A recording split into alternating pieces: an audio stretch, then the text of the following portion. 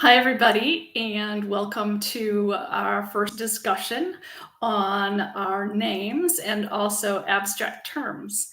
So, I wanted to just share a little bit about myself and my name and how it was chosen. My mom named me Karen after a woman that she thought was very beautiful that she knew in high school. And so my name doesn't have any like really interesting origins or anything like that. It's just that she thought this woman with long blonde hair in high school was beautiful. So she chose that name.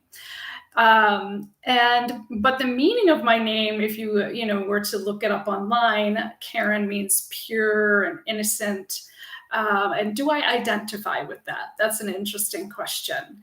So I would say that I come across that way as sort of this pure, innocent person when people first meet me. But I have had a lot of life experiences that probably would challenge that idea of pureness of innocence. But there still is this sort of humble quality that I have. And I think maybe that is why I come across in that way, because I sort of go with the flow. I'm easygoing. And so sometimes maybe people think I'm a bit naive. I tend to stand back and listen and be an observer in the beginning before I'll jump into a conversation. And so I think that people can perceive that pureness, that innocence within me because of those qualities that I have. And so for my abstract term, I thought maybe I would get into a little bit of Greek philosophy. So love is something that a lot of us think about. And there are many different ways of looking at love. And I thought I'd share with you that the ancient Greeks had six, and some websites you can see that they had more than six, but I'll just go over the first six in this video. So they had like six different definitions of the way they expressed love. So their first one was eros, which was it's spelled Eros, and that means like sexual passion.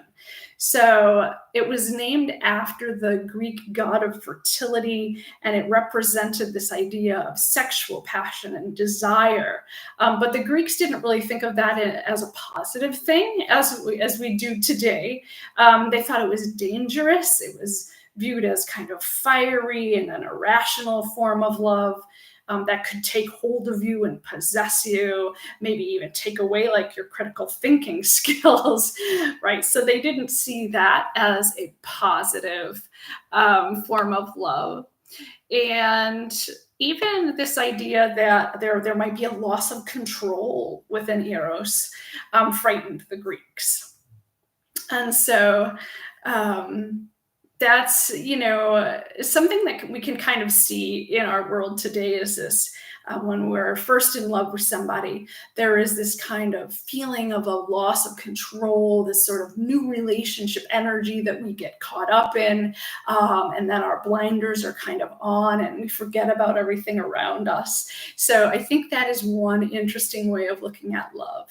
The second way they looked at love was called philia, and that is Philia, and that is deep friendship.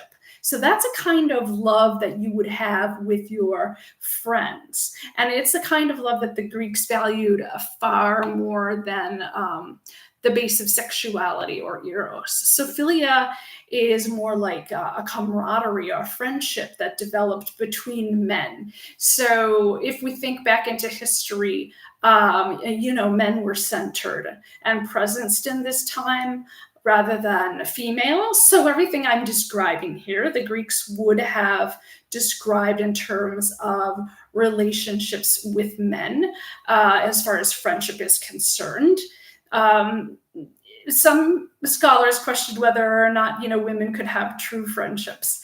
Women were sort of, put on the back burner. Feminists wouldn't care for this, of course. So it's a bit different looking at this idea, in the context of that time period. So in this way, we can sort of all ask ourselves, what kind of friends do we have in our lives? Are they deep friendships? Are they more acquaintances? Are they superficial? How much of ourselves do we share with our friends? Do we reserve that more personal sharing for our partners? And so it's interesting to think of love in this way of friendship. And some people say even that friends last longer than lovers or than relationships. And for those of you that have been in relationships, maybe been married and then divorced, your friends have sort of remained throughout all of those times that you've had with your partner, perhaps. So it's an interesting way of thinking about the role of friendship in our lives. So the third form of love that the Greeks talked about was ludus, Ludus. And so this was more of a playful love. And it was following the Roman poet Ovid. Scholars commonly use these Latin words like ludus to describe this particular form of love between like affection between children or casual lovers, that sort of friends with benefits category of the flirting and the teasing in an early stage of relationships.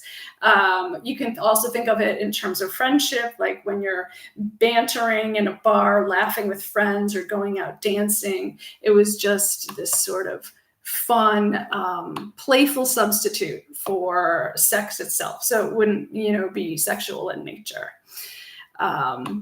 The fourth kind of love you may have heard of, agape, or love for everyone. This is kind of a radical idea that we see a lot in spirituality. It's this highest form of love in Christianity. We see it as a gift from God that we could be loving towards everybody, not dependent on whether or not they've committed a criminal act or if they're morally good or morally bad. We're asked in many religions to just sort of love universally and do so without prescription and do so without judgment. In Buddhism, you may have called of metta, or this kind of universal loving kindness. You might have heard of the term mindfulness or a loving kindness meditation.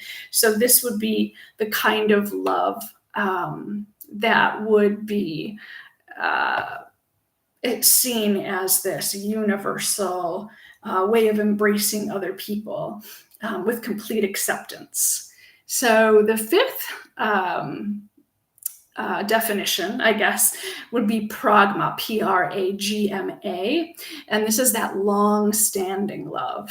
This one was popularized by a Canadian sociologist, John Allen Lee, in the 1970s. So he began to use this term and described it as a mature, kind of realistic love that is commonly found in long-standing relationships. So if you've been in a relationship for a long time and you've gotten to know a person, you've grown in your love, it doesn't look the same as when you were in that new relationship stage. So there's little evidence that the Greeks commonly used this precise term for themselves, but it's kind of more of a modern update on a form of Greek love. And then number 6, philuatia, and this is a form of self-love. So this is the 6th variety that the Greeks talked about. And specifically, Aristotle realized that there were the kind of 2 types. One was an unhealthy variety that was associated with narcissism, where you became obsessed and focused on personal fame and fortune. And then there was this healthier version that enhanced your wider capacity to love universally. The idea that you like yourself and you feel secure in yourself and you have plenty of love to give to others, or this idea of, making sure that you get enough for yourself to replenish yourself, take care of yourself, do those practices that are caretaking so that you can then go out into the world and take care of others. So this would be that other half of love thyself. So, anyway, those are just a few words that I wanted to point out in relation to the abstract term of love. And I'm looking forward to seeing which abstract terms you pick and how you go about describing them.